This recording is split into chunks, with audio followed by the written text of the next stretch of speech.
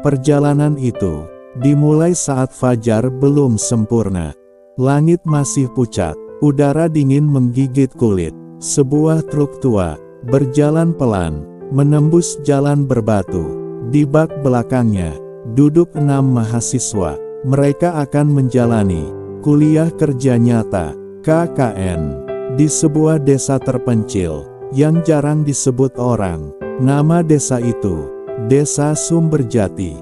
Desa kecil, sunyi, diapit oleh hutan lebat dan perbukitan hijau. Sinyal ponsel menghilang bahkan sebelum mereka tiba. Di antara ke-6 mahasiswa itu ada seorang pemuda bernama Raka. Raka tidak banyak bicara. Ia lebih sering diam, menyimpan pikirannya sendiri, menulis di buku catatan kecil yang selalu ia bawa. Bagi Raka, KKN bukan sekadar kewajiban. Ini cara untuk menjauh dari luka lama, dari kesepian, dari dunia yang terasa terlalu ramai. Saat mereka tiba, kepala desa sudah menunggu. Wajahnya tua, keriputnya dalam, namun sorot matanya tajam. "Selamat datang," katanya pelan. "Anggap desa ini rumah kalian." Namun setelah jeda, ia melanjutkan, "Ada satu pesan." Suasana mendadak hening. Di hutan belakang desa, ada sebuah mata air. "Jangan ke sana sendirian."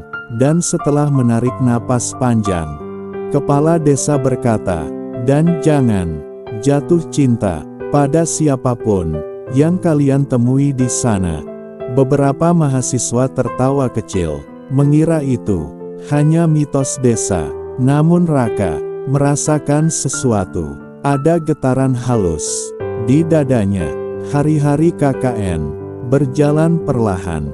Pagi hari mengajar anak-anak, siang membantu warga, sore desa kembali sunyi. Namun setiap sore, Raka selalu merasa seperti dipanggil. Ada bisikan lembut yang tidak terdengar, namun terasa, dan langkah kakinya tanpa sadar menuju hutan. Pada hari keempat, Raka akhirnya menuruti perasaan itu. Ia berjalan sendiri, menyusuri jalan setapak yang lembab. Daun-daun basah menempel di kakinya. Udara semakin dingin, sunyi, terlalu sunyi. Di sanalah ia menemukannya, sebuah mata air.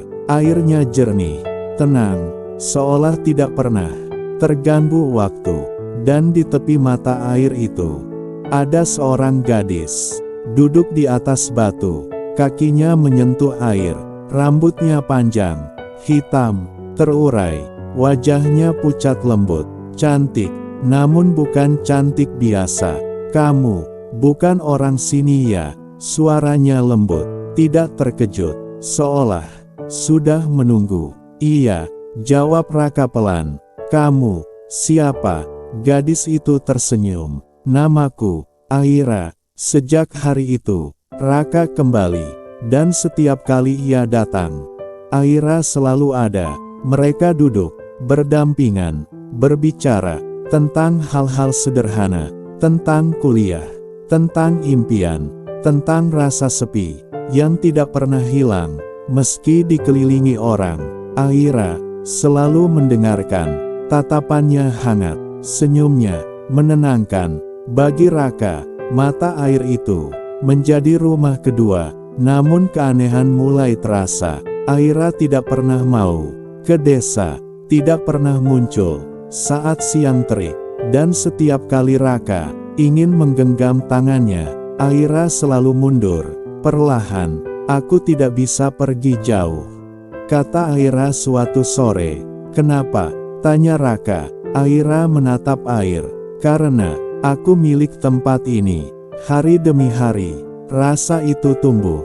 Cinta yang pelan, namun dalam. Raka jatuh cinta, dan Aira juga. Namun waktu tidak berpihak. Hari KKN semakin sedikit. Aira mulai sering diam. Senyumnya menyimpan sedih. "Kamu akan pergi," katanya lirih. Aku akan kembali, jawab Raka cepat. Aku janji. Aira menggeleng pelan. Ada janji yang tidak bisa ditepati. Malam terakhir KKN. Raka bermimpi. Ia melihat Aira berdiri di tengah mata air. Tubuhnya bercahaya dan perlahan menghilang. Pagi itu, Raka berlari ke hutan.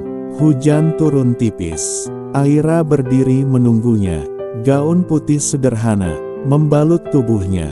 Aku bukan manusia, kata Aira. Aku bunian, penjaga mata air ini. Aku hanya bisa jatuh cinta sekali. Aku tidak peduli, kata Raka. Aku mencintaimu. Air mata Aira jatuh. Itulah yang membuatku bahagia. Cahaya lembut menyelimuti tubuh Aira. Ia tersenyum dan menghilang ke dalam mata air. Raka berteriak, namun hutan kembali sunyi. Bertahun-tahun kemudian, Raka kembali. Mata air itu masih ada, dan di permukaannya, ia melihat bayangan seorang gadis tersenyum lembut. Cinta mereka tidak pernah bersatu, namun akan hidup selamanya di mata air sunyi.